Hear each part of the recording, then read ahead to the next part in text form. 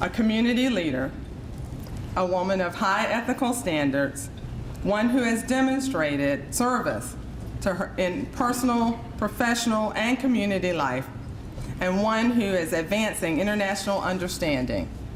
Ladies and gentlemen, Mayor Edna Jackson.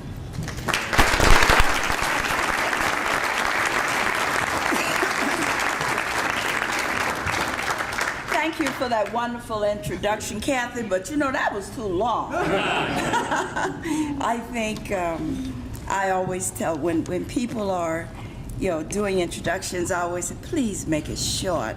Please make it short. We can give them a copy if they want to have a copy. But I don't do it, for all of the accolades and all of that. I just do whatever I do for the good of people.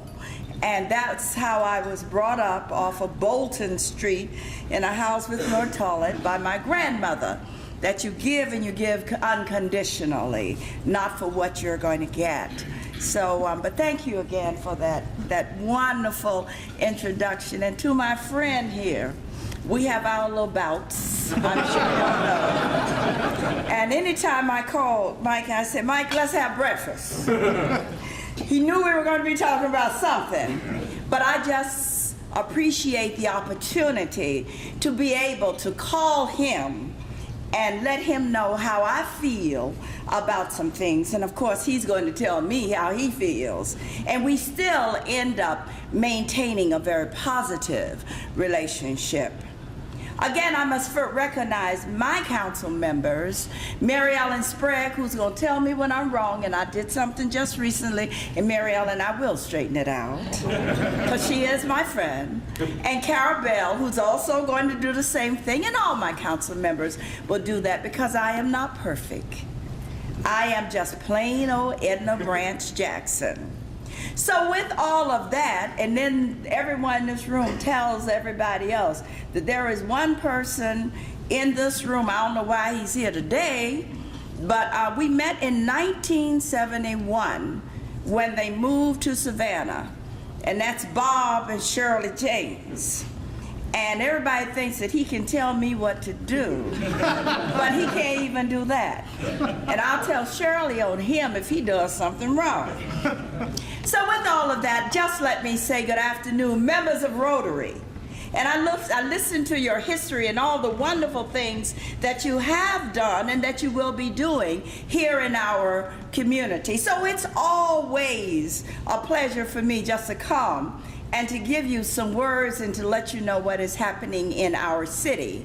I've always looked forward to talking to you because you are the leaders of the business community. You are on the front line of this economy. You're the first to know where people are spending, what they're buying, and whether they're traveling. You're the ones who take the risk and create jobs. I always look forward to meeting with our business leaders because we've always needed your help, now even more so. One of the government's major roles, okay, now I know I'm loud. One of the government's major roles is to create the right environment to help businesses succeed. We develop high-quality infrastructure, reliable utilities, safe streets, and a fair regulatory framework to encourage new growth. Then we get out of the way and let you work the magic. But I'm not on the front lines of this economy like you are.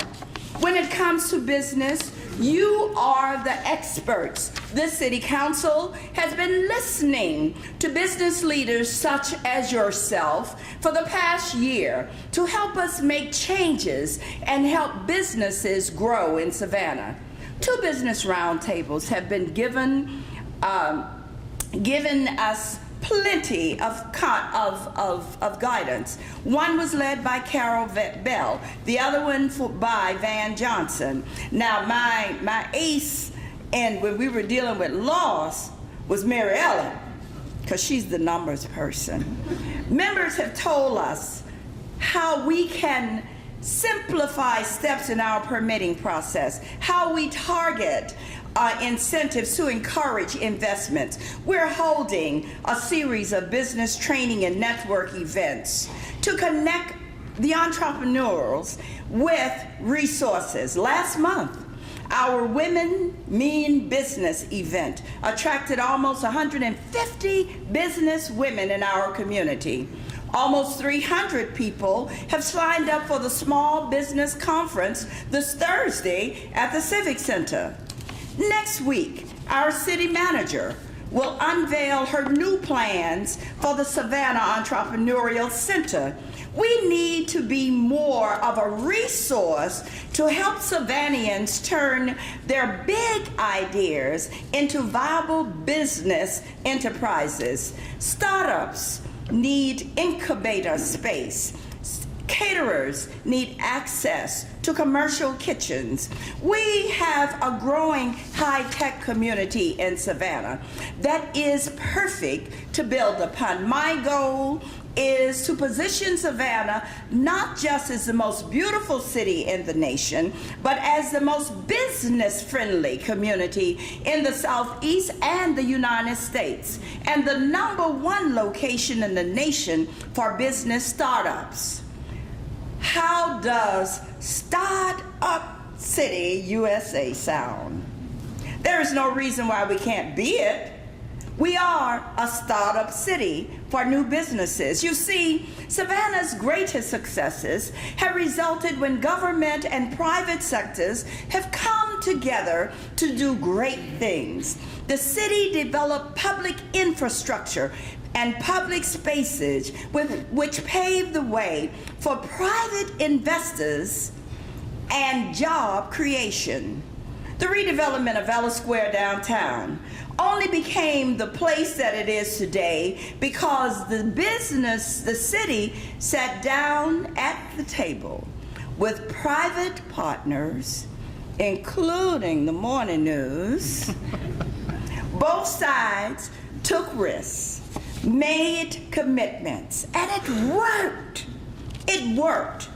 The city's $30 million investment generated return $120 million, and we are still counting. If you haven't driven down Pennsylvania Avenue lately, please go. Please go. A few years ago, the city partnered with nonprofit agencies like CHSA to purchase a rundown, crime-ridden, 50-acre apartment complex called Strathmore Estate. Y'all know what I'm talking about? We purchased the property, built the water, sewer, and drainage infrastructure.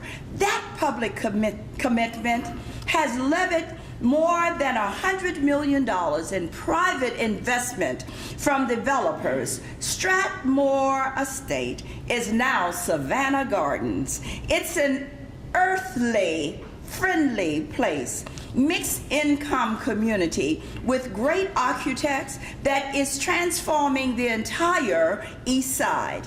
Crime there has been cut in half, and there is a two-way year waiting list to get into the apartments. There is a similar story off West Bay Street with the project called Sustainable Fairwood. It is known nationally through the National League of Cities. This is affordable housing for a future, a beautiful place that blends people of all income levels into the same neighborhood. The city built water, sewer lines, and drainage. And business partners did the rest. Savannah Gardens, Sustainable Fairwood, and Ellis Square were paid for with voter-approved SPLOS funds. SPLOS funds. In November, we will again go to voters and ask them and you to approve another round of SPLOST funds. For 2 decades, the city of Savannah has been a good steward of SPLOST dollars. We have fulfilled our pledge and rebuilt much of this community's infrastructure with the penny sales tax. SPLOST has paid for more than $150 million worth of drainage improvements. Y'all remember when we flooded? Even with a little bit of rain? Which have dramatically improved life for thousands of Savannians all over this community who no longer have to worry that their homes will flood when it rains. We still have a few more streets though. We have repaved roads, built miles of new sidewalks, added critical facilities such as new fire stations and police facilities, and created great public spaces such as the fort that you have helped us with at Forsyth Park, the major renovation of Daffin Park, and the Children Museum. We believe that all residents of our community should be able to enjoy the natural beauty that surrounds us. So when a private property owner threatened to shut down access to Coffee Bluff Marina, we purchased the property to preserve public access. SPLOST is paying for a major renovation of that. It's turning the marina into a first-class boating and recreational facility that can be used by all people, whether you live downtown, on the east side, west side, or the south side. And soon we will build a new home for the Cultural Arts Center that will welcome residents and visitors to Savannah at one of our major gateways at Oglethorpe, and I like to say West Broad Street, but it is M.L. King Boulevard. Almost 40% of all SPLOST collected is paid by those who live outside of Chatham County, but 100% of the revenue stays here. Doesn't go up to Atlanta, stays here. This has been the deal of the century for Chatham County. We've been able to address major problems with previous thoughts previously thoughts were that we thought was unfixable, and all without relying on property tax increases. Without SPLOST, our infrastructure would be decayed behind where it is now. We would not probably have, we would have, as I saw in Maryland a couple of weeks ago, where the pipes were caving in because they were so wrong. I was in a convention of 46,000 registered members of my sorority's convention. And we could not even hold one event because they had to shut the water off in the community. And without a doubt, that is why we have done this in Savannah. And without a doubt, SPLOST has accelerated the growth here in Savannah to make it a world-class community that is competing globally. Anyone who claims otherwise hasn't been paying attention. As I speak, things are looking up in Savannah. Hotel motel taxes in 2012 set a new record for the 3rd straight year, thanks to the marketing and efforts of Visit Savannah. Have to talk about Joe.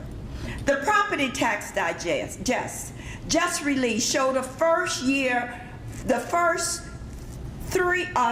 year over year index since 2008. Most economic indicators are trending in the right direction. Unlike the majority of cities in our cities our size in the United States, Savannah city government made it through the economic recession without major service reductions and significant tax increases. We went up 0.5 and we brought it back down in 6 months. Savannah is the only major government that hasn't proposed a millage rate increase this year. In fact, next week, City Council will vote to roll back the millage rate, largely because of SPLOST. The city of Savannah has been able to reduce our millage rate 29% since 1968. That benefits business, homeowners, renters, everyone. We do have significant budget challenges ahead. Earlier this year, we entered into a new agreement with the county that reduced our share of sales tax collection by $3.5 million a year. But instead of asking you and our citizens to make up the difference through higher property taxes, we're focusing on our priorities and reducing spending elsewhere within the budget. That's how the modern Savannah operates. In many ways, we are a stronger community than we were before the recession. Now is not the time to be timid or turn our backs on projects. It is time for bold steps. In November, we'll be asking voters to approve a new round of SPLOST with a fully funded arena as its centerpiece. Our current arena has served well for 40 years, but it is past its usefulness. The city, like Savannah, deserves a modern arena. I was down in Augusta, Georgia, just over the weekend, and I looked at what they have over by the hotel. We will spur development, revitalize long vacant land, and allow for greater offerings of the arts, which has become a major industry in Savannah. No matter what happens in November, we in this room will always love and be proud of our Savannah. Nothing will change that. But Savannah is ready for our big reveal. We must act wisely and plan carefully, but we must also think big about what we want our city to be and how we can get there. It is about us working together. Last year, we hit a few speed bumps in the road. That was a distraction, but we have moved on. Now, under the leadership of Stephanie Cutter and the employees of our city, we have a real team working together to do great things for this community, with the city organization working hand in hand with city council, residents, business people like you. We are making real progress. We are now hitting our stride, and this benefits everyone, no matter where you live in our great city. You may not always agree with the decisions made by City Hall. Everything is controversial to someone. The important thing is that your city has begun listening to our community again. We need your input. We need you involved. Council recent decision on double-decker buses and the cruise ship terminals are great examples of how public involvement can shape public policy. City Council listens to the community. We, after all, are citizens too. We are part of the journey. Savannah has never been a city of no. We are a city of yes. You are a part of this journey. Continue to join us, because the greatness of the hostess city of the South depends on you, the residents, and also all of us working together for the greater good. Again, thank you for inviting me, and I always look forward to this. Yeah.